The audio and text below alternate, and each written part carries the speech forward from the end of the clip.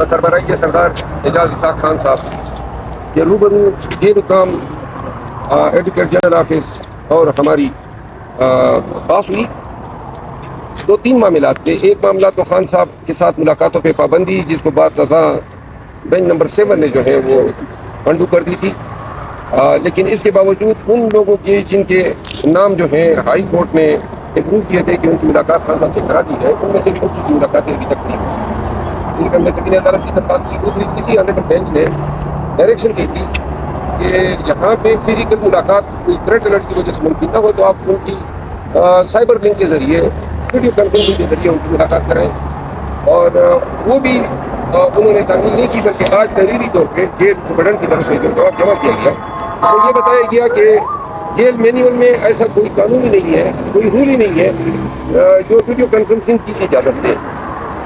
اس میں فاضل جج صاحب نے حیرت کا اظہار کیا جب ان کے نوٹس میں ہم یہ لے آئے کہ اس دن تو مریم نواز صاحبہ جو ہے کوٹ لکھپت جیل میں بڑے فخر سے کہہ رہی تھی کہ میں نے ویڈیو کانفرنسنگ کے ذریعے ملاقاتوں کی اجازت دے دی ہے، اور وہاں پہ باقاعدہ ویڈیو اسکرین بھی دکھائی گئی. تو جج صاحب جو ہیں اس کو بھی ان کی معاملات کا نوٹس تھا. تو انہوں نے کہا کہ آیا کوٹ لکھپت جیل کے لیے علیحدہ قانون ہے، وہ بھی پنجاب میں ہیں، اور اڈیالہ جیل بھی پنجاب میں ہے. تو ایک شخص کے لیے جو ہے ملاقاتوں سے آپ ان کو روکنے کے لیے آپ نے اب یہ کہہ دیا کہ جو ویڈیو لنکنگ کی فیسلٹی ہے وہ کوئی رول اس کو کیٹر ہی نہیں کرتا ہے. اس پہ انہوں نے جو ہے ایڈوکیٹ جنرل سے وضاحت طلب کی ہے.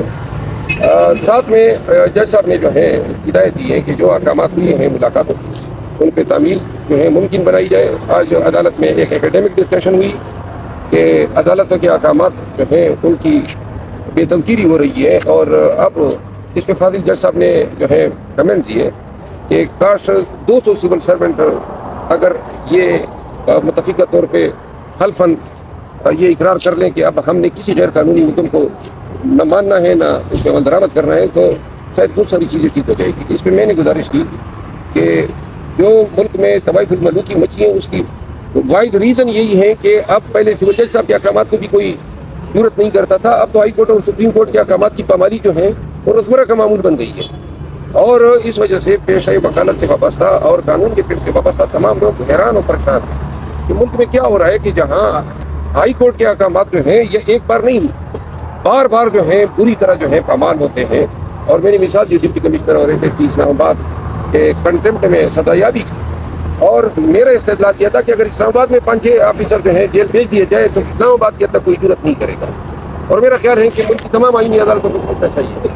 یہ جو روزمرہ ان کے احکامات جو ہیں کبھی ایک بہانہ کر کے کبھی دوسرا بہانہ کر کے یہ انتظامی اداروں کے لوگ یا افسران پامال کر رہے ہیں، اس کا بڑا علاج یہ ہے کہ جو توہین عدالت کا جو قانون ہے اب اس کا بہترین استعمال ہونا چاہیے. جو بھی توہین عدالت کرے ان حالات میں بہت ضروری ہے، حسد ضرورت ہے. اگر عدالتوں نے اپنی عزت اور اپنی وقار، اپنی میجسٹی آف جسٹس کو برقرار رکھنا ہے اور ایزرٹ کرنا ہے تو پھر معمولی سے معمولی حکومتولی کو بھی اب نظر انداز نہیں کرنا چاہیے. کیونکہ حکومتولیاں اتنی ہو گئی ہے کہ ان حکومتولیوں کے بوجھ تلے عدالتوں کا بقا ہی ختم ہو گیا ہے.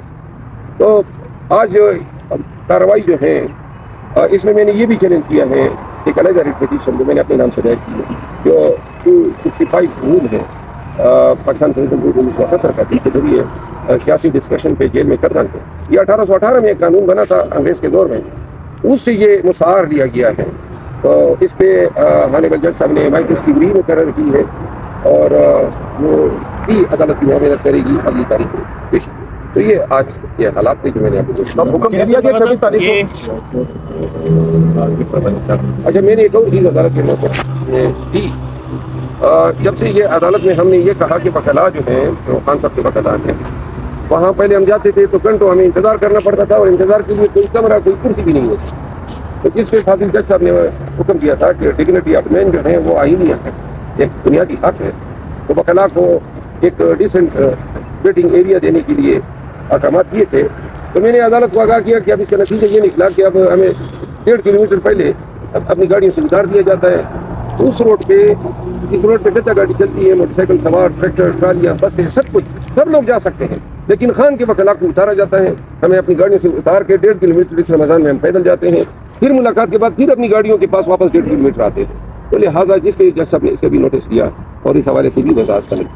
سر افضل مروا صاحب، سوال میرا یہ ہے کہ آپ نے جو سپریم کورٹ میں پٹیشن دائر کی ہے اس میں آپ کیا کہتے ہیں کہ چیف جسٹس قاضی فائز عیسیٰ صاحب کو اس بینچ کا حصہ ہونا چاہیے یا نہیں ہونا چاہیے؟ کیونکہ رات کو حامد علی خان نے شاہ زیب خانزادہ کے پروگرام میں کہا ہے کہ اگر چیف جسٹس قاضی فائز عیسیٰ صاحب اس بینچ کا حصہ ہوں تو ہمیں کوئی اعتراض نہیں ہوگا. آپ کا کیا اس پر رائے؟ حامد علی خان حامد خان خان صاحب. صاحب اچھا دیکھیے، وہ میں نے تو اپنی پٹیشن میں ایسی کوئی بات نہیں لکھی ہے جس کا آپ ذکر کر رہے ہیں، لیکن ہمارا استدلال یہ رہا ہے کہ سپریم کورٹ کے ایک 5 ممبر بینچ نے 2021 میں ایک حکم نامہ صادر کیا تھا، ایک کانسٹیٹیوشن ایک پٹیشن میں TMA 490، اور اس میں پیرا نمبر 6 ہے. اس میں بینچ نے یہ کہا تھا کہ PTI یا عمران خان سے وابستہ کیسز کے متعلقہ جتنے بھی کیسز ہیں ان میں محترم چیف جسٹس صاحب کو، موجودہ چیف جسٹس صاحب کو ان کو نہیں بیٹھنا چاہتا. جی جنرل صاحب، علی امین گنڈا صاحب نے بیان دیا ہے رشوت کے حوالے سے کہ جو بنا آپ سے رشوت مانگتے ہیں آپ اس کے ساتھ نہیں دے مارتے، اور اگر کوئی دوسرے کو کہنا نہیں نہیں تھا کل ایک بھارت میں جو ہے نا ایک جو بین پتا تھا اس کے ساتھ رشوت دے مارا 7 سال کے بعد سے تصویر وائرل ہے. اس سے بڑا یہ کہاں پہ انہوں نے مارا ہے؟